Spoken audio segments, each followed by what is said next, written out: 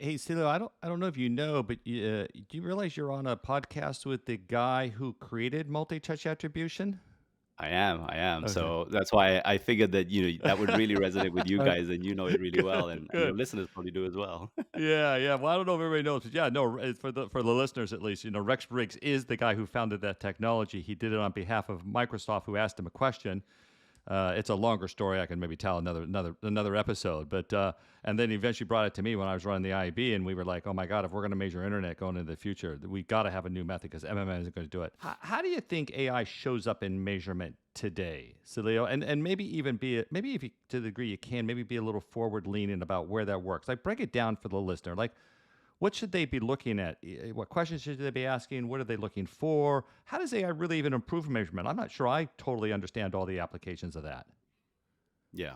Well, I'm sure Rex can talk about it even in more depth than I can, but I would say that from a user perspective of and actually, the models we built in house to help us with the measurement, you know, y- there's even the simplest last touch attribution. You have to figure out, how to get the right data and clean it up and then make your attribution based on that.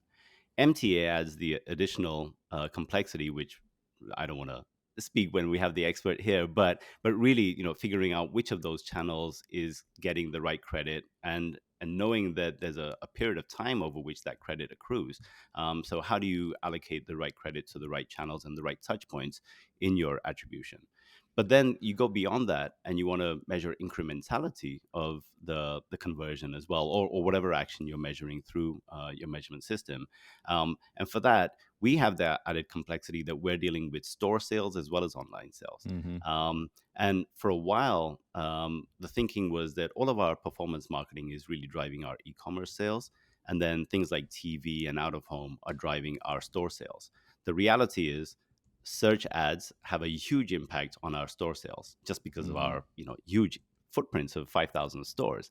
Um, and our TV ads have a big impact on our e-commerce sales as well. So you Mm-hmm. really cannot Yeah. differentiate between those, and your measurements has to take into account the incrementality of all of those media across all of those, those situations, offline and online.